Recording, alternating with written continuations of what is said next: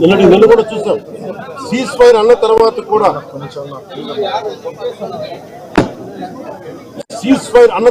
Cease fire ని violate చేసిన ప్రభుత్వం అక్కడ నిజంగా చెప్పాలంటే ఒక బనానా రిపబ్లిక్. దానికి ఎవరు మాస్టర్స్ తెలియదు పాకిస్తాన్. వాళ్ళు చేసే అరాచకాలు, వాళ్ళు చేసే మనకి స్పాన్సర్డ్ టెర్రరిజం ఇండియాకు ఒక ఇబ్బందిగా తయారైంది.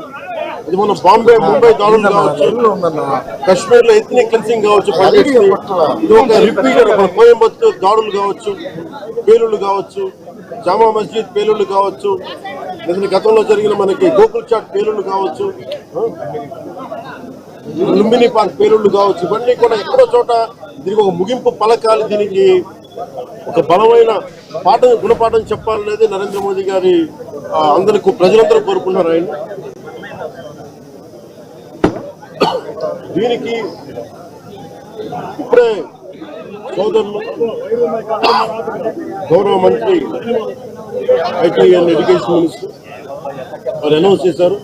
గౌరవ ముఖ్యమంత్రి చంద్రబాబు గారి తరఫున, అలాగే నరేంద్ర మోదీ గారి తరఫున ఇక్కడికి మంత్రివర్గం అందరూ ఉన్నాం. ఇక్కడ అందరూ కూర్చొని మేము ముగ్గురు కూర్చొని ఇందాక గౌరవ ముఖ్యమంత్రి గారి సూచనల మేరకు ఇందాక సోదరులు మన లోకేష్ గారు చెప్పినట్టుగా దాదాపు 50 లక్షలు ఎక్స్గ్రేషన్ ప్రకటిస్తూ ఉన్నారు. అలాగే ఒక 5 ఎకరాల పొలం అని కూడా తెలియజేశారు. అలాగే 300 గజాలు ఇంటి స్థలం అని కూడా అనౌన్స్ చేశారు.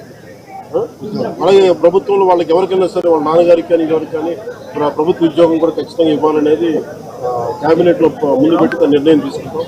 ఇవన్నీ కాకుండా నేను అదనంగా వ్యక్తిగతంగా నేను కూర్చోబెట్టి బస్ ద్వారా 25 లక్షల రూపాయలు మన కుటుంబానికి నా వ్యక్తిగతంగా నేను సాయం చేస్తానని తెలియజేసుకుని ఇది ఇలాంటి పరిస్థితులు రాకూడదని కోరుకుంటాం. కానీ దురదృష్టవశాత్తు ఇలాంటివి జరిగినాయి. మనం అందరం ఇలాంటి పరిస్థితుల్లో భారతదేశ ప్రభుత్వానికి, ప్రధానమంత్రి గారికి, అగ్ర నాయకత్వానికి, ఆర్మీకి, నేవీకి, ఎయిర్ ఫోర్స్కి, ఎంటైర్ డిఫెన్స్ ఫోర్సెస్కి ఇది మనం అండగా ఉండాల్సిన సమయం. ప్రతి ఒక్కరూ చాలా ఎరుకుతోటి చాలా జాగ్రత్తగా ఉండాలి. ఎవరు వాళ్ళు వేలాది మంది ఈ లష్కర్-ఏ తోయిబా లేదా జైషే మహమ్మద్ తీవ్రవాదులందరూ కూడా వాళ్ళు భారతదేశం మీద రకరకాల దాడులు చేయడానికి ప్రయత్నం చేస్తా ఉన్నారు. సీజ్ ఫైర్ ని దయచేసి మనం ఎవరు నమ్మట్లేదు. సీజ్ ఫైర్ శాంతికి ఒప్పందం కాదు. వాళ్ళు ప్రత్యేక పరిస్థితుల్లో లొంగిపోయి ఇంక మా పాకిస్తాన్ బతకలేదు అని చెప్పి కాళ్ల బేరానికి వచ్చిన 3 గంటల్లోనే మళ్ళీ సీజ్ ఫైర్ ని వైలేట్ చేశారు. ఇది అందరూ కూడా గమనించాల్సిన విషయం. ఇలాంటి పరిస్థితుల్లో ఇలాంటి ఒప్పందాలు కోరుతున్నాం. దాని తగ్గట్టుగా మనందరం దేశానికి, దేశ నాయకులకి, ఆర్మీకి, నేవీకి, ఎయిర్ ఫోర్స్ కి, ఎంటైర్ డిఫెన్స్ ఫోర్సెస్ కి మనం బలం ఇవ్వాల్సిన సమయం. అందుకని మేము ఎవరు సహకారం కోరుకుంటూ సెలవు తీసుకున్నాం. మురళీ నాయక్ పవన్ కళ్యాణ్ గారి వీరాభిమాని. చిన్నప్పటి నుంచి వారిని కలవాలని తహతహలాడుతూ వచ్చారు. అటువంటిది ఇవాళ పవన్ కళ్యాణ్ గారిని ఇక్కడ రప్పించుకున్నారు. దురదృష్టకరమైన విషయం ఏంటంటే చాలా అది నేను ఇక్కడికి రాగానే నాకు చెప్పారు, చూసి చాలా బాధ అనిపించింది.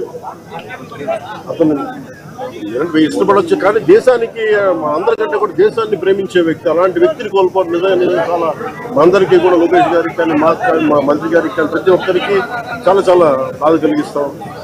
వారి ఆత్మకి శాంతి చేకూరాలని, వారి కుటుంబ సభ్యులకి నా ప్రగాఢ సానుభూతిని తెలియజేయాలని, భగవంతుడు వారికి బలం ఇవ్వాలి. ఈ పుత్ర శోకానికి ఒకే ఒక్క కొడుకు, ఇంకెవ్వరు లేరు, ఒక్కటే ఒక కొడుకు. ఒక్క కొడుకుని కూడా చిన్న 23 ఏళ్ళు కూడా 25 ఏళ్ళు కూడా లేదు, 23 ఏళ్ళ వయసులో చనిపోయాడు దేశం కోసం. చాలా చాలా చాలా బాధగా ఉంది. కుటుంబానికి అండగా ఉంటాను. దేశ సహాయం కాకుండా మా 3 పార్టీల నుంచి కూడా వారికి ఏ సహాయం కావాలో మా నాయకులు ఇప్పుడు అందుబాటులో ఉంటారు.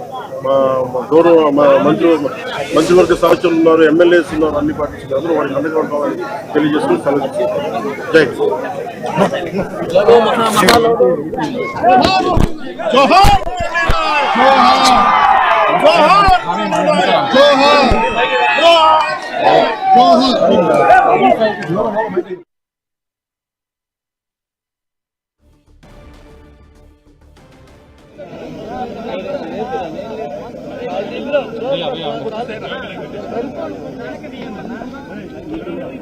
జై రవి